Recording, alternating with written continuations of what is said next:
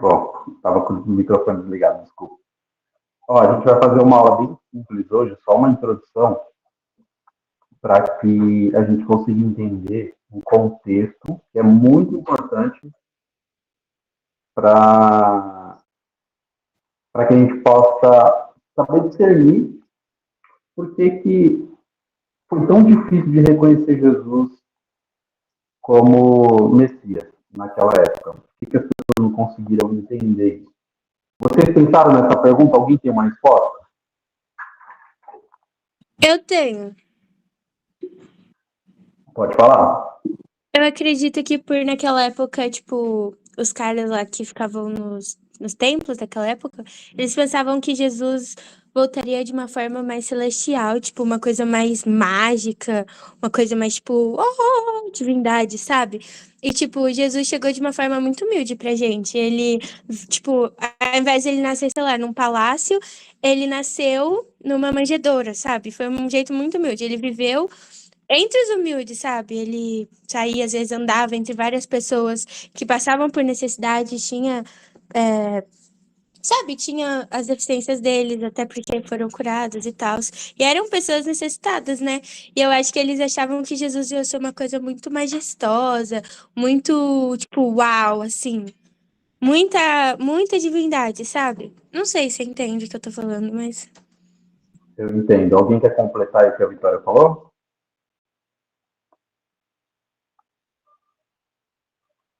Ninguém? Tá, então vamos lá, vamos entender.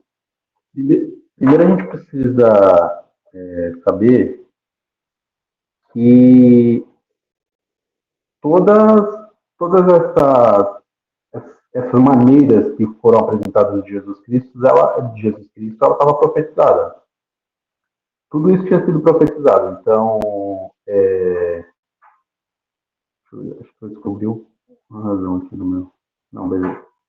Tudo isso tinha sido profetizado. Ele nasceu na manjedoura, ele foi crucificado, o nascimento através de uma mulher virgem, e mais? Ele pregar para pecadores, ou pelo menos para quem era considerado pecador. Tudo isso tinha sido profetizado. Fazia parte de um escopo, de um roteiro, que eles sabiam o que ia acontecer. Então, onde que a gente consegue identificar a falha aí? Por que ninguém notou? Por que ninguém entendeu? Para que a gente consiga saber discernir isso bem, eu vou compartilhar com vocês aqui a tela de um contexto. Vocês sabem o que é o cativeiro? Tem Sim, ideia do que era o cativeiro? sim. Então, beleza. Vou compartilhar aqui com vocês. Deixa eu ver aqui. É cativeiro. Deixa eu ver se é essa daqui. Tirar. Janela. Só janela. Tarará, tarará, tarará. Deixa eu ver só onde é que tá. Tá aqui. Tá aqui no Google. Tá aqui no Google. Ó, vê se vocês estão conseguindo enxergar minha tela aí. Eu vou partilhar essa tela aqui. Dá pra ver, dá pra ver. Essa é uma imagem importantíssima para a gente conseguir entender por que eles não reconheceram Jesus Cristo como Salvador, como Messias. Então vamos lá. Isso aqui é de muito, muito, muito tempo antes de Jesus. Isso aqui é da queda do reino de Israel. Depois dos reis. Isso aqui você vai encontrar na Bíblia lá no finalzinho de Segunda Reis. No finalzinho de Segunda Reis a gente vai encontrar o Império Babilônico. O que é o Império Babilônico? É aquele império do rei Nabucodonosor. A gente sempre ouve falar muito dele. Então, aqui onde eu estou passando o mouse, que é essa faixa vermelha aqui, era o império do Nabucodonosor, que era o Império Babilônico. A Babilônia está bem aqui, e toda essa área aqui foi a área que ele conquistou, que ele dominou. Havia umas afluências, alguns pontos que ele pegou, mas esse daqui era o território mais considerado. Nabucodonosor, por incrível que pareça, ele provavelmente morreu crente, tá, gente? Ele morreu cristão. A gente tem uma péssima imagem assim, do rei Nabucodonosor, porque ele era um cara idólatra e tal, no começo da narrativa dele. Ele destruiu o templo, foi ele que destruiu o templo, ele levou a Arca da Aliança embora, e a gente tinha uma ideia muito, a gente acaba tendo uma ideia muito ruim dele, mas ele acabou se convertendo. Lá no capítulo 4 de Daniel, no finalzinho do capítulo 4 de Daniel, ele reconhece Deus como o Criador do céu e da terra, e ele mesmo diz que Altíssimo é aquele que tem domínio sobre todos os reinos e os dá quem quer. Aí ele constitui Daniel uma espécie de mestre, ele ainda não era governador, como a gente conhece Daniel como governador da Babilônia, só que depois ele deixa o trono para um rei chamado Beltesazar, não se sabe se era filho ou genro, provavelmente genro, e esse Beltesazar ele acaba fazendo um monte de besteira. Pouco tempo depois de Beltesazar assumir o reino, entra o Império Persa, e aí entra o rei Dário, o rei Assuero, que também estão na Bíblia, o rei Artaxerxes, que também está na Bíblia, que é toda essa faixa aqui ó, que a gente está vendo em azul. Tudo isso que está em azul aqui era o reino persa. Dominou boa parte do Oriente Médio e uma boa parte da Ásia também. Até um ponto da Europa, que é aqui em cima, aqui, ó, perto da Grécia. Aí o rei Xerxes, os reis persas, acabaram perdendo espaço depois de muito tempo.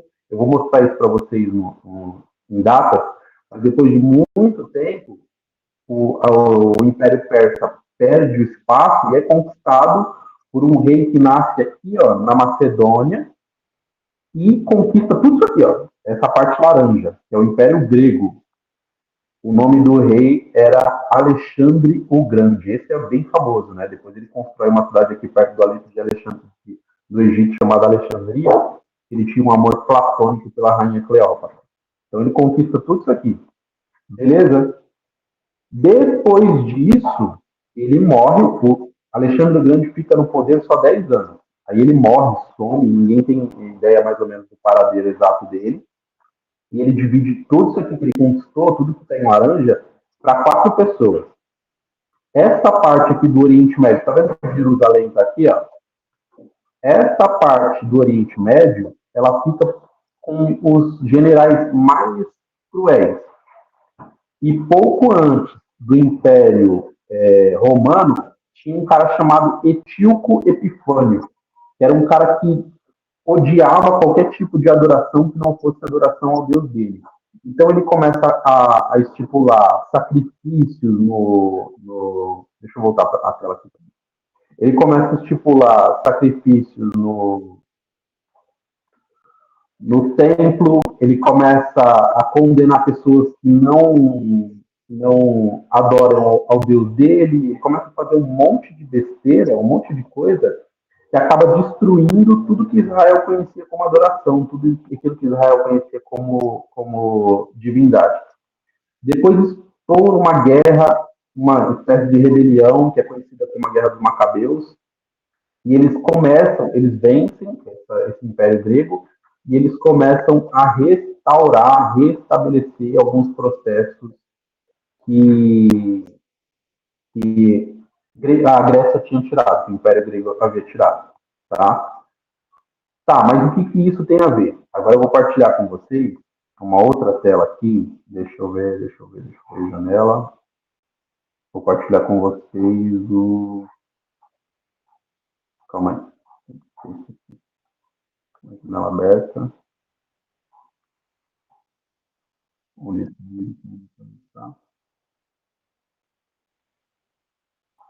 Cadê meu? Aqui. Vou partilhar com vocês aqui tudo, que vocês consigam entender mais ou menos o texto. Então, ó, tudo aquilo que eu falei para vocês, para que a gente consiga entender. Jesus ele volta depois de acontecer tudo isso aqui. Jesus ele vem, na verdade, depois de acontecer tudo isso aqui, tá? Ó, Império Babilônico, então 598 a.C., aí é em ordem decrescente mesmo, tá, gente? Não está errado, não. Depois o Império Babilônico faz a segunda deportação, porque eles vêm em 2 fases. Primeiro eles levam só os inteligentes, os bonitos, os ricos. Depois eles levam os pobres para trabalhar como escravos, tá? Depois vem o rei Ciro. E, pra você ter uma ideia, Nabucodonosor e Ciro são os 2 únicos reis que não eram de Israel, que são chamados de servos de Deus. Nabucodonosor foi chamado de servo de Deus mesmo antes de conhecer a Deus. Foi uma profecia lá de Jeremias. Aí depois vem a ascensão de Alexandre o Grande, aí o Império Grego fica todo esse tempo, depois vem Roma. E aí Roma conquista, depois vem um cara chamado, lá numa batalha contra a Irlanda, os celtas estavam vencendo Roma, dando um couro em Roma, vem um cara chamado Júlio César, vence a batalha, e aí se torna imperador depois de uma votação. Ele nunca mais saiu do poder, ou pelo menos a figura de César nunca mais saiu do poder. Certo? Aí depois de tudo isso, depois de toda essa conquista, aqui Roma, quando ele se estabelece, ele começa a liberar. Fala, ó, vocês têm ponto de adoração? Ok. Vocês têm o seu jeito de adorar? Ok. Faz do jeito de vocês. Começa a estabelecer um jeito, um padrão para ser adorado. Só que quando os macabeus conseguem destruir, surgem duas facções. Talvez essa vocês conhecem, que são os fariseus e os saduceus. Essas são as mais importantes, tá? Existiam outras, mas eram menores. As mais importantes eram os fariseus e os saduceus. Os saduceus eram mais ligados à política, então eles estavam mais ligados ao Império Romano, e os fariseus eram mais ligados à adoração. E eles começam a criar um monte de costumes, um monte de regras, deixa eu parar de transmitir. Um monte de regras, um monte de coisinhas, um monte de procedimentos que basicamente vira um modo de adorar. Poxa, o que aconteceu com a minha câmera? Não voltou? Nossa, meu Google está muito zoado. Próximo a gente tenta fazer pelo WhatsApp. Para mim não está aparecendo. Então, ele começa a criar um padrões de adoração. Por exemplo, se o cara não lavasse a mão e fosse comer, ele estava pecando. Porque ele estava pegando a sujeira da mão dele e colocando para dentro do corpo, que faria com que o corpo dele se tornasse impuro diante de Deus. Isso era um dos pontos. O cara, para orar, precisava orar de uma forma bem extravagante, para que todo mundo visse, para que ele parecesse santo, e ele servia de exemplo. O cara que fosse ofertar tinha que dar sinais como se fosse exemplo de que ele estava fazendo uma grande coisa, uma grande oferta, uma grande doação. Eram mais costumes, tradições, que eram bem conhecidos como isso, como tradições, que fizeram com que os homens de Deus passassem a ser reconhecidos por aquelas coisas, e não por aquilo que a lei dizia. Porque necessariamente não era a lei, era mais tradições que estavam sendo cumpridas.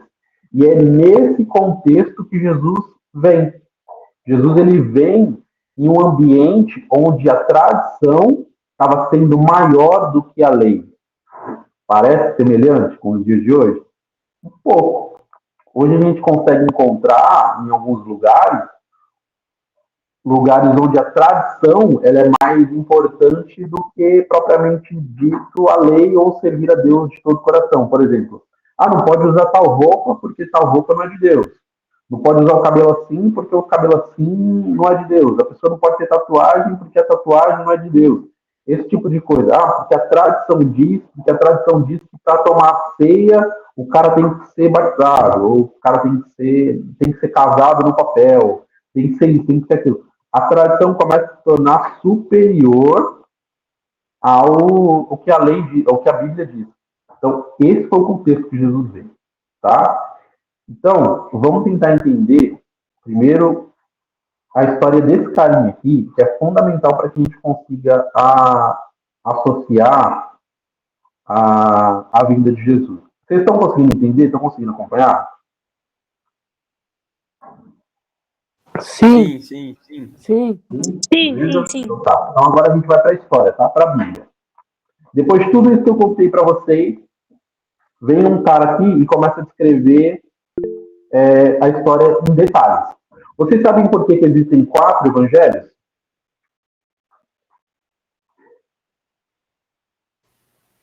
Não. Por favor, não consegui ouvir.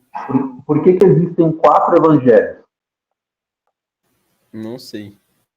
Não sei. Alguém sabe? Ninguém? Porque tem 4 alvos. 4 alvos. 4 tipos de leitores, vamos dizer assim.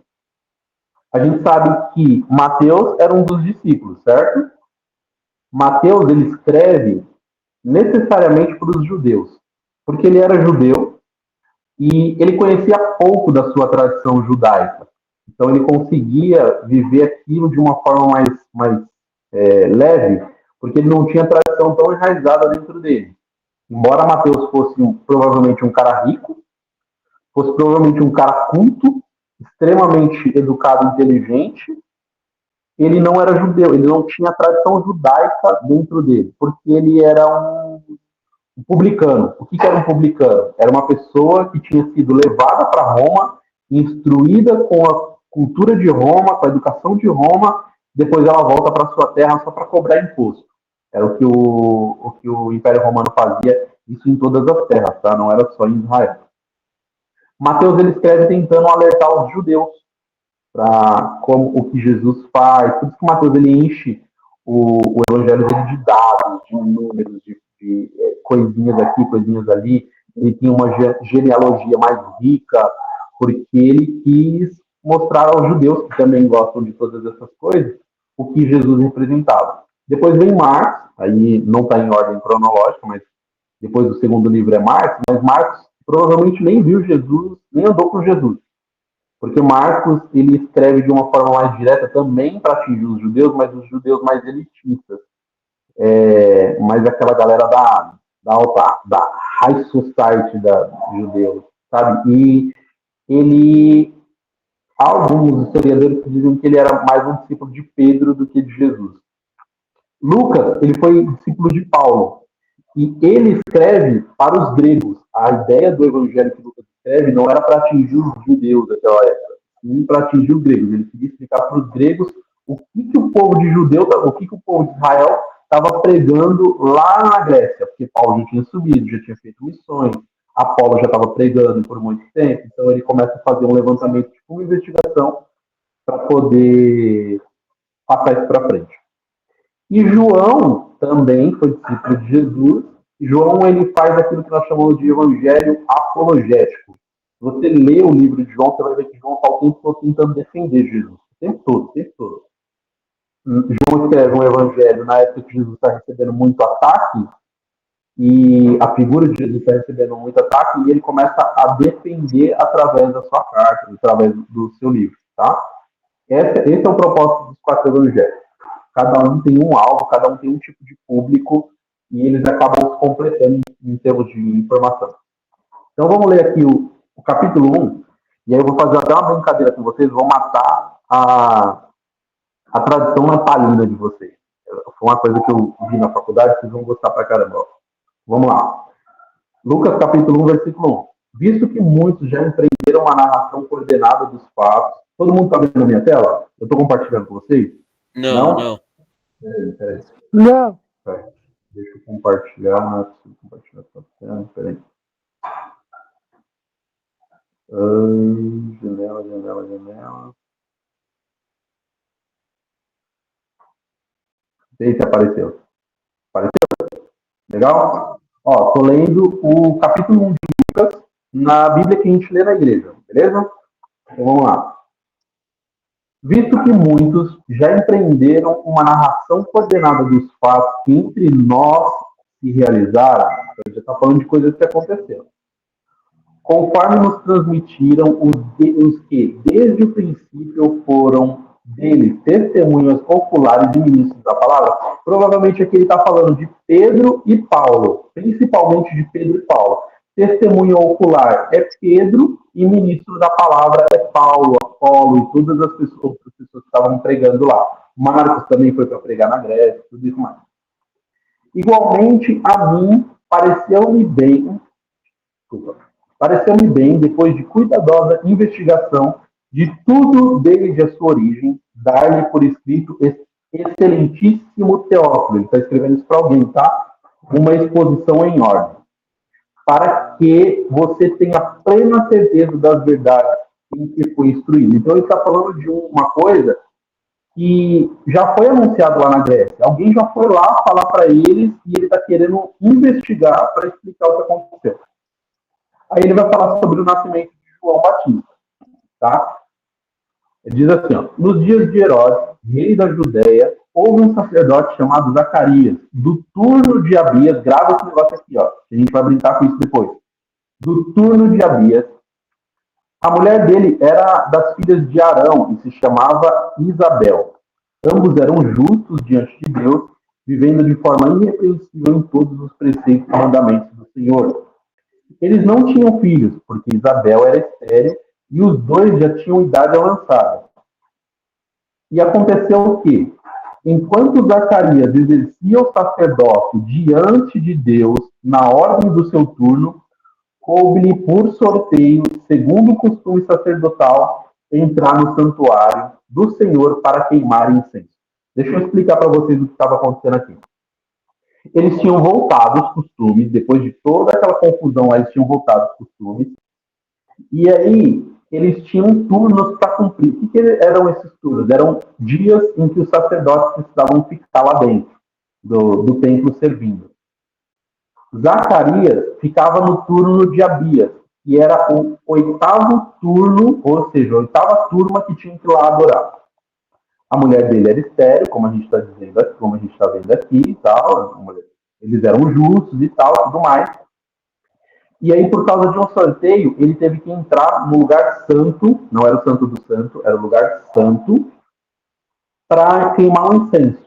O incenso que a gente fala aqui na Bíblia não é aquele incenso, aquela varetinha fedorenta que a gente encontra na casa de 1,99, tá?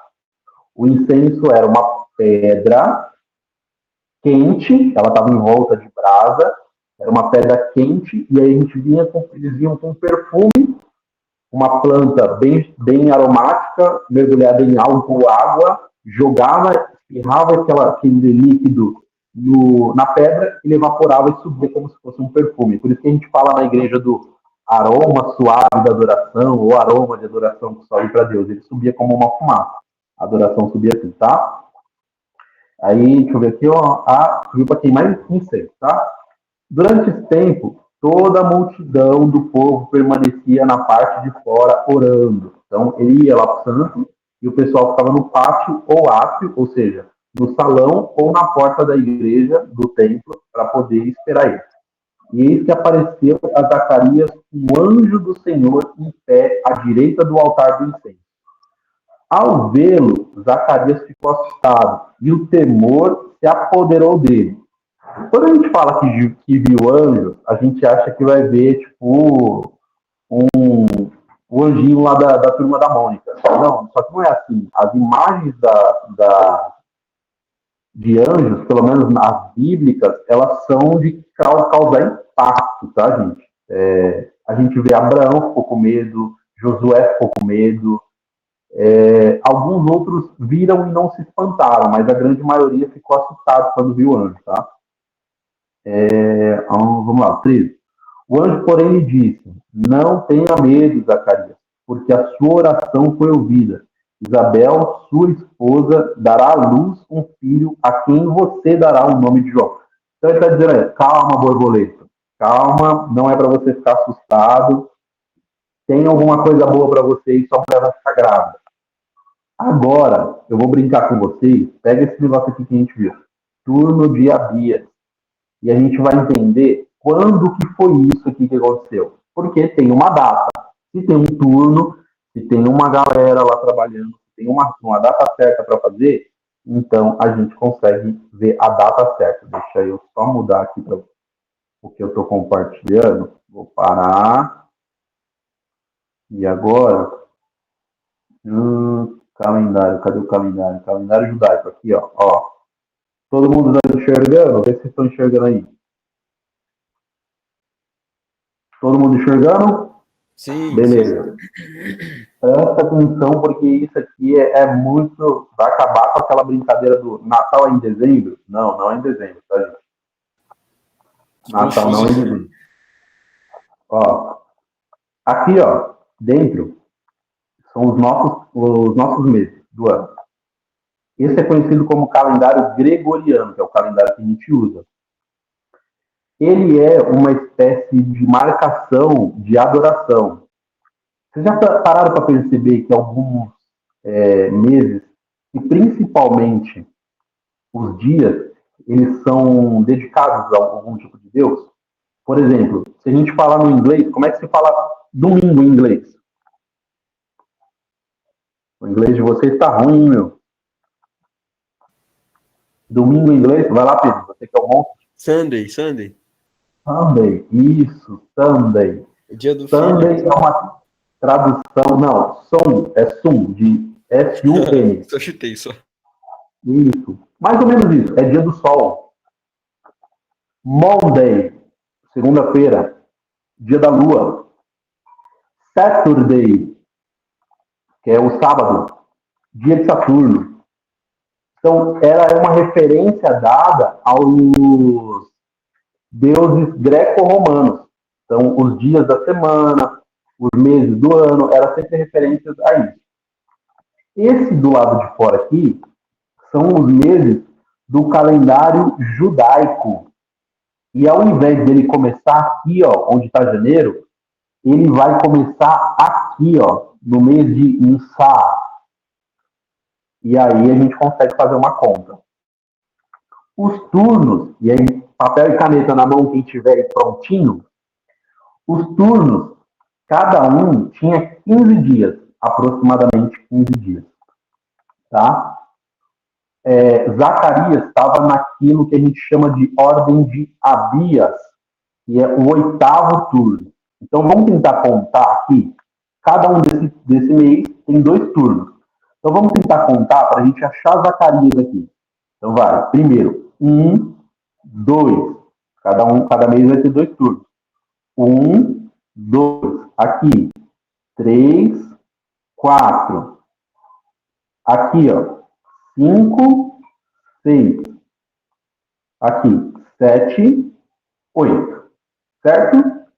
Então, Zacarias vai encontrar com Gabriel no templo aproximadamente no mês de julho. No mês de julho, Gabriel fala para ele que Isabel ficaria grávida. Certo? Daqui, uma gestação normal teria que ter 9 meses. Então, a partir daqui, ele volta para casa, certo? E aí, João vai nascer depois de 9 meses. Então, vamos contar os meses agora? Peraí, gente, meu cachorro resolveu fazer gracinha. Então, vamos lá. Vamos contar os meses? Agora já não é mais turno, agora é mês, tá? 1, 2, 3, 4, 5, 6, 7, 8, 9. Provavelmente João deve ter nascido entre a segunda quinzena de março e a primeira quinzena de abril. Só que no calendário gregoriano a gente comemora a gente não, mas a igreja católica ela comemora o dia de São João quando? Aqui, certo? Porque é para adaptar a adoração greco-romana, tá? Se João Batista nasce aqui, nessa segunda quinzena, quando que Jesus vai nascer?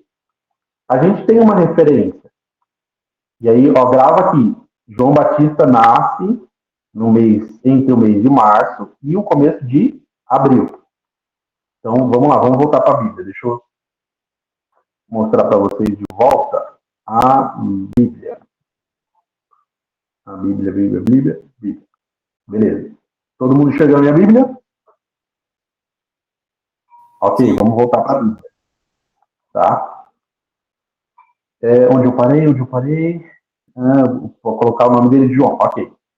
Você ficará alegre e feliz. E aqui ele começa a dizer um pouco sobre tudo, tá? Sobre João. Você ficará alegre e feliz e muitos ficarão contentes com o nascimento dele. Pois ele será grande diante do Senhor. É diante dos homens? Não, é grande diante do Senhor. Por isso que João Batista não é reconhecido pelos homens, tá?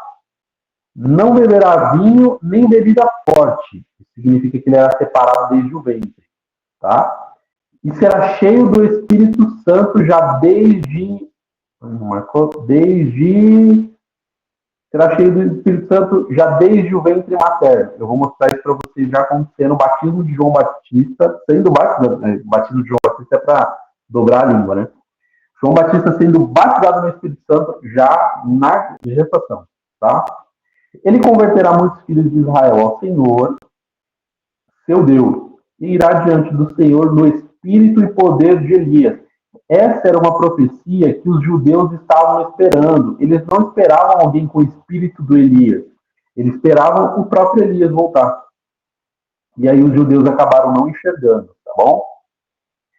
E para converter o coração dos pais aos filhos, converter os desobedientes à prudência dos justos e habilitar para o Senhor um povo preparado. É aquela profecia de Isaías que Jeremias viria para preparar o caminho, voz que clama no deserto. Tá? Então Zacarias perguntou ao anjo, ele duvidando, como terei certeza disso? Pois eu sou velho e minha mulher também já tem idade avançada. O anjo respondeu, eu sou Gabriel, que estou a serviço de Deus, e fui enviado para falar com você e lhe trazer esta boa notícia. Todavia você ficará mudo e não poderá falar até o dia em que essas coisas vierem a acontecer, porque você não acreditou nas minhas palavras, as quais, no devido tempo, se cumprirão. Aí aqui fala que o povo estava esperando. Zacarias percebeu a demora dele, e quando Zacarias saiu, não podia falar, ele ficou mudo como o anjo disse que ia acontecer. Então entenderam que ele havia tido uma visão do santuário, e expressava-se por sinais, e permanecia mudo. Aconteceu que, terminando os dias do seu ministério, ou seja, acabou aquele turno lá que a gente viu, Zacarias voltou para casa. Passando esses dias, Isabel, a mulher de Zacarias, ficou grávida. E ela não saiu da sua casa durante 5 meses, dizendo, foi isto o que o Senhor me fez ao contemplar-me para acabar com a minha vergonha diante das pessoas. Então, beleza, a gente viu aqui o nascimento de João Batista, e a concepção de João Batista, quando que ele foi gerado, tá? A gente sabe que foi ali, para ele nascer entre março, finalzinho de março, e o comecinho de abril, esses 30 dias aí. Aí veio o nascimento de Jesus. No 6º mês, o anjo Gabriel foi enviado por Deus à cidade da Galileia, chamada Nazaré, a uma virgem que estava comprometida a casar com um homem da casa de Davi. Lembra que a gente fala que Jesus é filho de Davi? Ele era da casa de Davi, literalmente. Por que eles não reconhecem Jesus como rei, como filho de Davi? Lembra que eu tinha falado para vocês daquelas invasões, daqueles impérios que destruíram tudo? Nabucodonosor destrói o templo e com a destruição do templo ele também queima as genealogias que haviam lá. Por isso que os judeus ainda não reconstruíram outro templo, porque eles não sabem mais quem é levita e quem não é. Precisa estudar a história, entender qual é a genealogia, para depois definirem quem são os levitas e eles construírem o templo. Só que ali não tinha só a genealogia dos levitas, tinha as genealogias dos reis e estava lá de Davi, tá bom? Depois eu vou mostrar para vocês quando as genealogias tanto de Maria quanto de José. E aproximando-se dela, o anjo disse, salve agraciado, salve quebrado. O anjo era da Zona Leste. O Senhor está com você. Ela, porém, ao ouvir essa palavra, perturbou-se muito e pôs-se a pensar no que poderia significar a saudação. Lembra que Zacarias ficou com medo do anjo? Maria não teve medo. Ela só não entendeu o que o anjo estava falando. Ou seja, o anjo provavelmente se apresentou de formas diferentes para ele. Mas o anjo lhe disse, não tenha medo. Não tenha medo, Maria, porque você foi abençoada por Deus. Você ficará grávida e dará à luz um filho, a quem chamará pelo nome de Jesus. Este será grande e será chamado Filho do Altíssimo. Deus, o Senhor, lhe dará o trono de Davi, seu pai. E aí é um trono espiritual, tá? A gente não está falando do trono lá em Israel. Ele reinará para sempre sobre a casa de Jacó, e o seu reinado não terá fim, que já é profecia para sempre. Então Maria disse ao anjo, como será isso? Eu nunca tive relações com homem algum. Olha que legal, Maria também duvida. Ou ela também questiona. Que na verdade ela não duvida, tipo, não tem como acontecer. Ela só pergunta para ele, como é que vai acontecer? Tem uma diferença aí, né? Tem uma diferença. Vamos supor assim, ó, eu quero presentear a Vitória. Quero presentear a Vitória. Vou dar um diamante para a Vitória. Recebe aí, Vitória. E aí, existem duas formas de dar. Eu posso colocar numa caixinha, todo bonitinho, lapidado, e entregar com um laço bem bonitinho, escrito com amor para você. Ou eu posso pegar esse diamante e tacar na cabeça da Vitória.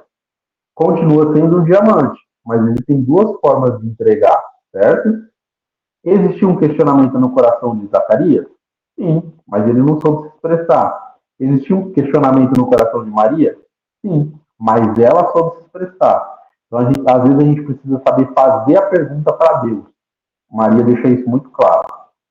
O anjo respondeu: o Espírito Santo virá sobre você, e o poder do Altíssimo a envolverá com a sua sombra. Por isso também o ente santo que há de nascer será chamado Filho de Deus. Aqui ele está falando de João Batista. Olha o que ele fala aqui. Isabel, sua parenta, igualmente está grávida, apesar da sua idade avançada, sendo já este o sexto mês de gestação para aquela que dizia ser estéril. Certo? Vamos voltar lá no nosso calendário. Se eu estiver indo rápido demais, gente, me fala que aí eu paro, tá? Eu volto e tiro a dúvida de vocês. Vou compartilhar com vocês agora de novo o calendário. Deixa eu só achar aqui o calendário. Calendário com vocês aí de novo. Beleza? Ok? Todo mundo vendo? Lembra que a gente falou, João Batista provavelmente nasceu aqui? Só que aqui, nesse mês aqui de Nissá, Maria já estava com 3 meses. Porque ele tem isso, 6 meses de diferença. Então vamos tentar achar. Esse é o primeiro mês da gestação de Maria. Esse é o primeiro? Não. É a partir daqui. Maria fica grávida provavelmente aqui, ó. No finalzinho da segunda quinzena de abril. Então vamos lá, vamos contar. Aqui tá ela está com 3 meses, tá? Então vamos lá. 4, 5, 6, 7, 8, 9. Olha onde Jesus pode ter nascido, no mês, tá? Isso daqui é mais aproximado, tá? Não é uma certeza. A única certeza que a gente tem é que ele não nasceu em dezembro. É uma aproximação. Jesus teria nascido entre a segunda quinzena de setembro, o mais provável, e num erro muito grave ali, a primeira quinzena de outubro. Ah, mas e o Natal que era em dezembro? É para encaixar numa narrativa de um Deus que era adorado por Roma. Roma adorava um Deus que nascia em dezembro e ele precisava enquadrar na história bíblica, na história judaico-cristã, porque o cristianismo estava crescendo muito naquela época e eles precisavam enquadrar isso na história. Tá? Alguma dúvida? Tio, por que o Natal judaico, aquele Hanukkah, também é celebrado em dezembro? Aí o Hanukkah é uma outra história, é uma outra festa. É uma outra outra coisa? celebração. Isso, é uma outra celebração. Não tem a ver com nascimento. Não tem a ver com nascimento, tá? Porque o judeu, ele vai comemorar a maior festa judaica, ela vai estar aqui, ó, no mês de Nissá, que é o primeiro mês judaico. Essa virada de mês aqui, o Adar, que é o último mês do calendário judaico, pro mês de Nissá, é onde marca a saída do povo de Israel do Egito. E olha que curioso, foi o mês em que não. Então, viajei agora, não foi esse mês. Mas foi o mês em que coincide o batismo de João Batista com o. Eu vou explicar isso para vocês na Bíblia. Para eu não me perder aqui, eu vou explicar isso para vocês na Bíblia. Mas basicamente isso, tá, Pedro? O Hanukkah não é um Natal. Não é um Natal. Deixa eu compartilhar agora a minha Bíblia. Para vocês entenderem o que aquele mês Nissá tem de especial. Ó, onde a gente parou? Aqui ele fala sobre a gravidez de Isabel, certo? Aí ela fala e tal, porque para Deus nada é impossível, isso aqui ainda é o anjo falando. Então Maria disse, aqui está a serva do Senhor, que aconteça comigo o que você falou. Então o anjo foi embora. Essa essa visita que Maria faz ao, a Isabel, ela marca um início, um start, vamos dizer assim, muito significativo para a humanidade. Porque provavelmente aquele primeiro mês do ano judaico é onde João Batista teria nascido, e é como se fosse Deus restabelecendo uma coisa que havia sido perdida. Que é aqui, ó, vou explicar para vocês melhor. Naqueles dias, Maria se aprontou e foi depressa à região montanhosa, numa cidade de Judá.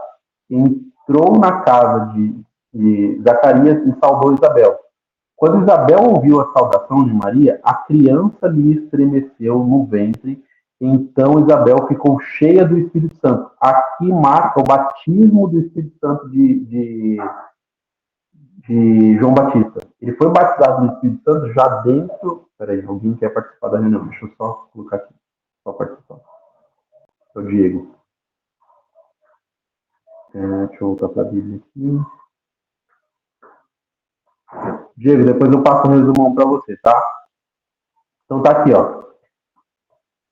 Aqui foi onde Maria, ao falar com Isabel, João Batista é batizado no Espírito Santo. Ele recebe o Espírito Santo. Isabel também é cheia e, consequentemente, seu filho. Quando João Batista nasce, que é aquele primeiro mês, lembra que o povo, é o primeiro mês que o povo é celebrado porque o povo de Israel saiu do Egito. João Batista nasce naquele mês para celebrar, quem sabe aí é um mistério de Deus, celebra o primeiro nascimento de um homem batizado pelo Espírito Santo, cumprindo uma profecia que havia em Abacuque. Abacuque diz assim, e acontecerá que nos últimos dias... Peraí, deixa eu puxar aqui, só para eu não falar besteira. Puxar aqui, Abacuque. Cadê? Livros. Só para eu não falar uma bobagem e entregar para vocês a profecia certa. Abacuque 3. É 3 ou é 2? Então, 3.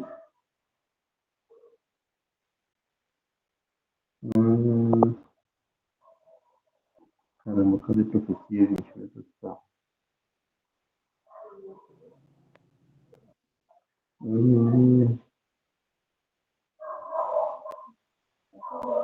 É uma profecia que fala. Não,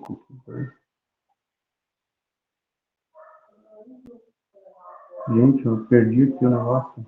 Devia ter anotado.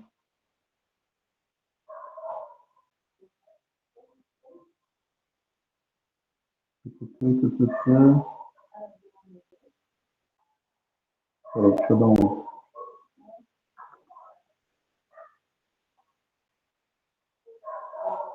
Só um minutinho, só dar um Google aqui.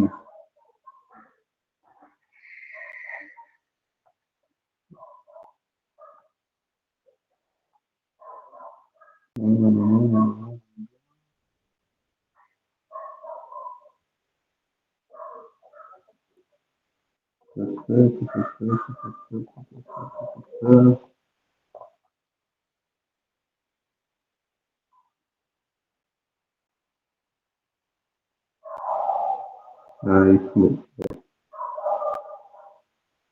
Então, eu estou compartilhando com vocês. Tá, beleza. É Abacuque 3. Versículo. A salvação, Senhor, não é isso.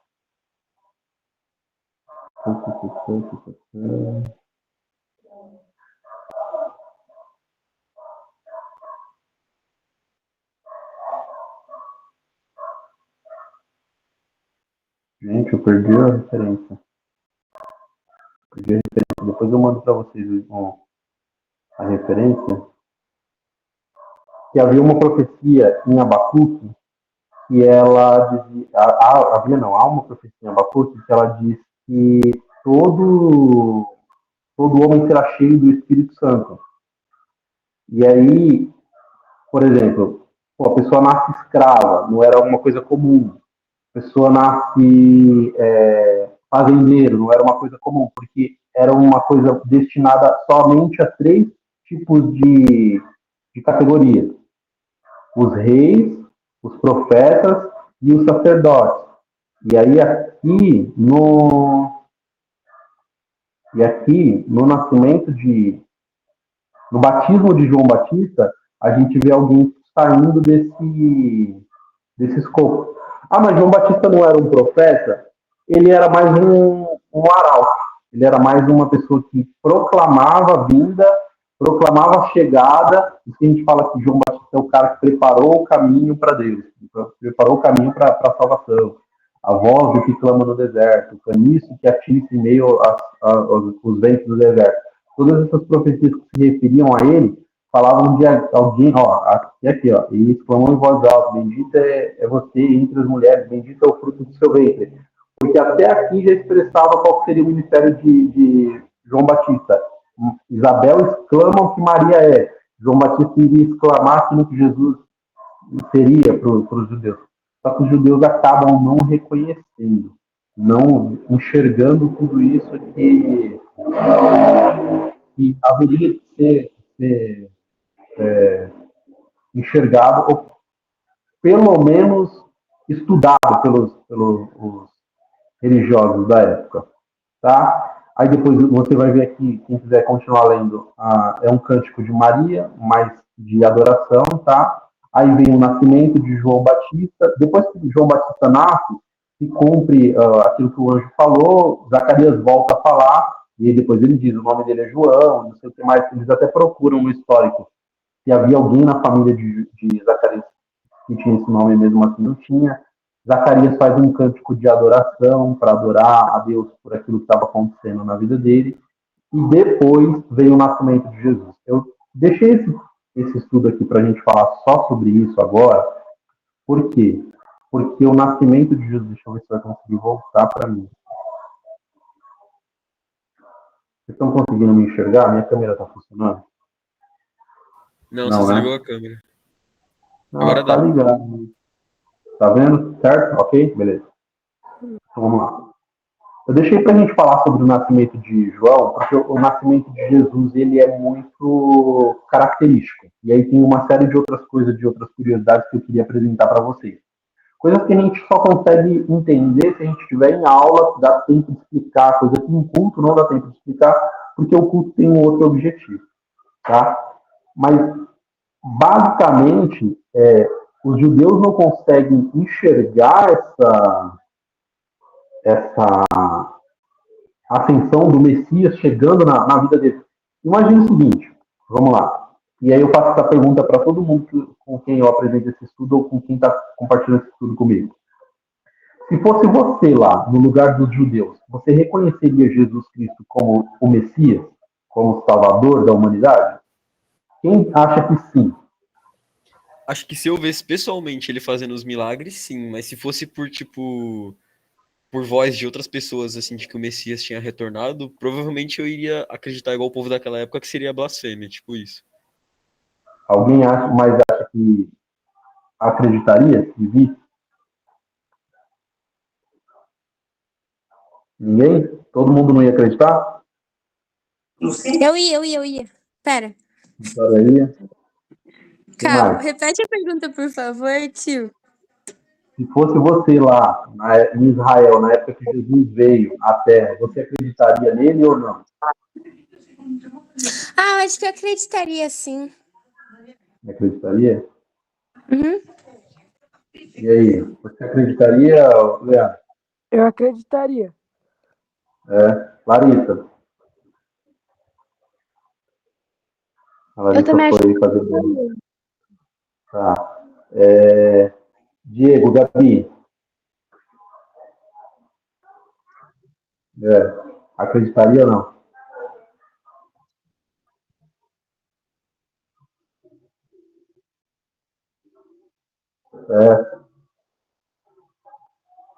E aí?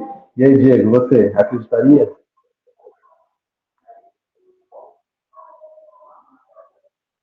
Diego foi jogar Free Fire. Ó, eu vou falar uma coisa que talvez vocês fiquem até chocados em saber, mas é a mais pura verdade. Todos vocês acreditariam. Todos vocês, sem exceção. Como é que eu tenho certeza? Porque vocês acreditam agora. E a Bíblia fala que não é nós que nos convencemos, mas que o Espírito que nos convenceu. Entende? Glória a Então, Deus. o Espírito que te convenceu hoje te convenceria naquela época. Você não olharia para Jesus de outra forma. Você olharia para ele e falaria, esse daí é o Messias. Pode ser que não na velocidade que a gente acha, que tipo, só olhar, bater o olho e pronto. É isso. Igual foram com os discípulos. Mas em algum momento você ia olhar e falar, não, realmente esse daí é o Filho de Deus, esse daí é o Messias e eu vou seguir ele. Talvez até a ponto de ser morto por isso, mas você com certeza acreditaria. Por que, que eles não acreditaram, então? Porque eles estavam com os olhos fechados por causa das tradições. E eles não olharam para as profecias como as profecias diziam que Jesus voltaria. E aí entra aquilo que a Vitória falou. Poxa, eles estavam esperando o Elias. Eles estavam esperando um rei no cavalo branco. Eles tinham sofrido vários tipos de perseguições, vários tipos de opressões, cativeiro em cima de cativeiro, porque entrava um, saía um, entrava outro, saía um, entrava outro. Foram 4 reinos amassando eles de fato como escravos, e aí eles achavam que ia vir um guerreiro. Eles estavam esperando um guerreiro de tipo, armadura, cavalo, vindo para matar a César, e não era isso. A profecia não estava indicando isso. Eles só entenderam errado. E o Espírito não abriu os olhos deles. Por quê? Não sei. A pergunta não é porque não abriu deles. A pergunta é por que abriu o nosso. Por que a graça me alcançou de uma forma que meus olhos se abriram disso? Não sei. Só Deus pode me explicar. Então, existia um contexto muito grande já no anúncio da vinda de Jesus. O anúncio da vida de Jesus já foi extraordinário. Pode falar, Pedro. Tio, é certo a gente falar que, tipo, então, a pergunta não é por que eles não acreditavam. Na real, todo mundo acreditava, só que por medo e por outros entendimentos da profecia, eles não queriam acreditar naquilo. Tipo isso. Existe isso também. Ó, uma das pessoas que eu acredito, e aí me vem, aí é o meu achismo, tá? Que pode ter reconhecido ele como Messias, mas por causa de uma vida ou de tudo que tinha de regalia, de reconhecimento, de um monte de coisa, de N fatores, não abriu mão disso para seguir. E eu acho que tem a série The Chosen até consegue retratar isso de uma forma bem legal. Não sei quem já assistiu, mas acho que essa série consegue retratar isso de uma forma legal. Eu acho que Nicodemos é um cara que... imagina a profundidade da conversa de Jesus Cristo com Nicodemos, falando sobre nascer de novo. E Nicodemos já com o coração aberto, voluntário, porque foi Nicodemos que procurou Jesus para conversar. E, cara, talvez ele não queria abrir mão da vida dele. Talvez ele não queria abrir mão de tudo que ele tinha, de tudo que ele era, de tudo que ele podia fazer para o judaísmo, para seguir Jesus, para viver como um nômade, para abandonar tudo aquilo que ele acreditava, que ele tinha estudado, ou que ele julgava ser certo, e simplesmente fechou o coração. Por isso que Jesus escolhe aquela conversa do nascer de novo. Tem que nascer, e nascer de novo é um negócio diferente. Nascer de novo é você abrir mão daquilo que você acredita ser para começar a viver aquilo que ele está dizendo que a gente tem que ser. Mas a gente vai se aprofundar também nesse contexto aí de nascer de novo, à medida que a gente for estudando sobre a vida de Jesus. Então, vocês devem ver que a gente está em um capítulo só, falando só sobre um tema. Então, o anúncio da vinda de João e o anúncio da vinda de Jesus. Do nascimento, na verdade. E, cara, olha o tanto de assunto que tem. Olha o tanto de coisa que a gente consegue aprender. Do como nós fomos impactados com um simples falar de um anjo, vamos dizer assim, simples é modo de dizer, mas é uma conversa, um diálogo entre o anjo e uma pessoa, duas, né? Já conseguiu mudar a nossa história de uma forma completa. Então, à medida que a gente for estudando, que a gente for reconhecendo Jesus Cristo, vocês vão vendo como essa história ela é impactante ainda mais e tem muito mais coisa para a gente conseguir se aprofundar nele, cara, capítulo por capítulo. Vocês não vão se arrepender, capítulo por capítulo, trecho por trecho. Eu vou tentar entregar numa ordem cronológica, tá? Não, a gente não vai estudar todos os capítulos, a gente vai estudar só a história cronológica. Vocês vão ver como você vai olhar e vai dizer, meu Deus, era para eles terem visto, era para eles terem visto, era para eles terem reconhecido da maneira que você reconhece, que hoje o Espírito Santo abriu o coração de vocês. Tá bom, gente? Alguém quer fazer alguma pergunta? Alguém quer pontuar alguma coisa? Tio, qual que é o primeiro mês do calendário lá? É o Shevat? Deixa eu compartilhar com você aqui de novo. Fiquei um pouco confuso lá como é que é. Um pouco. Então, vamos lá. Aqui, ó. Esse aqui é o primeiro ano, tá? O primeiro ano não, primeiro mês. Está é o primeiro mês. Aí ele vai rodar 12 meses igualzinho ao nosso. É que o ano judaico ele tem só 360 dias, tá? Ele não tem igual ao nosso. Aí depois de alguns anos, a gente não acrescenta um dia a cada 4 anos? Aham. Eu não sei dizer para você quantos anos eles fazem isso, mas tem um determinado número de anos que eles acrescentam outros anos. Por exemplo, se a gente for buscar na história o nascimento de Jesus, ele nasce no ano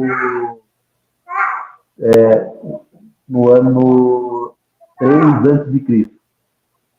Ou seja, no ano 0, no calendário gregoriano, Jesus já tinha 3 anos. É um negócio bem confuso, esse acréscimo dos judeus. É bem confuso mesmo. Mas, só para vocês terem uma ideia, funcionava assim. Esse é o primeiro mês. Segundo, terceiro, quarto, quinto, sexto, sétimo, nono, oitavo, nono, décimo primeiro, 12º. E aí esse mês aqui era comemorado o Ano Novo Judaico, porque foi nesse mês em que os judeus saíram da terra do Egito, tá? Consequentemente, é o mesmo mês em que um homem é batizado no Espírito Santo. Eu vou achar o texto lá de Abacuque para mandar para vocês, eu mando aí no grupo. Certo? Uhum. Mais alguma pergunta? Alguém quer pontuar outra coisa?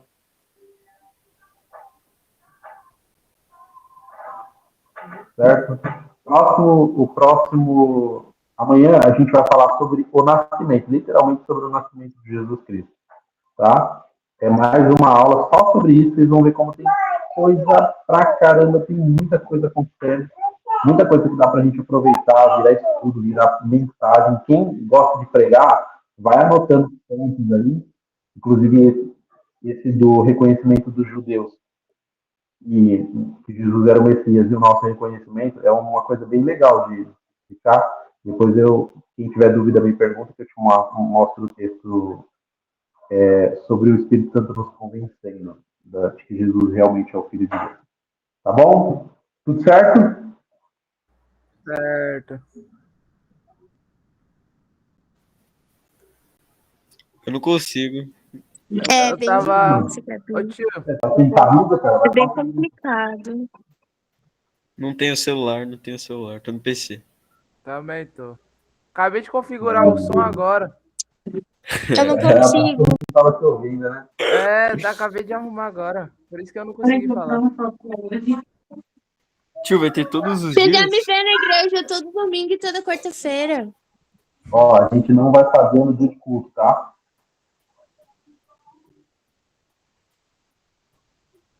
Tio, a gente vai fazer todos os dias esses estudos? Só não em dia de culto, tá? Só não em dia de culto. Botou a cara, vai aparecer Ó, agora. levantei a mão aí, levantei.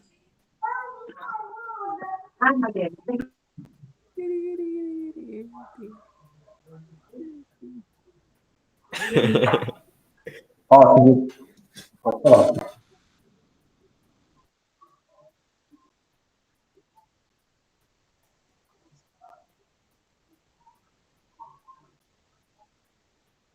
Isso, segunda, terça, quinta e sexta. De quarta-feira a gente não faz, tá? Beleza, Beleza? Garela. Joia. Sábado Tá e bom? domingo também não tem?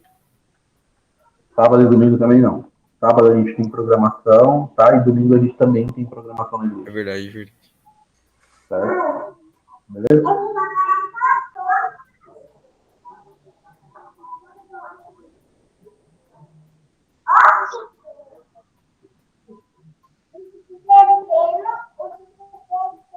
Pode. Claro? Mas você vai cortar algumas partes?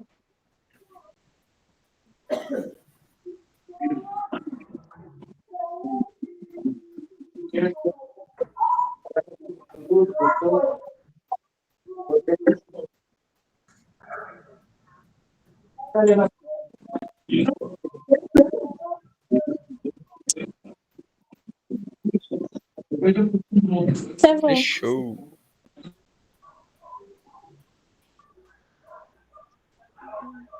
Ah, gente, lembrei do texto. Deus tá me revelando aqui, ó. Ó, o texto que eu falei para vocês sobre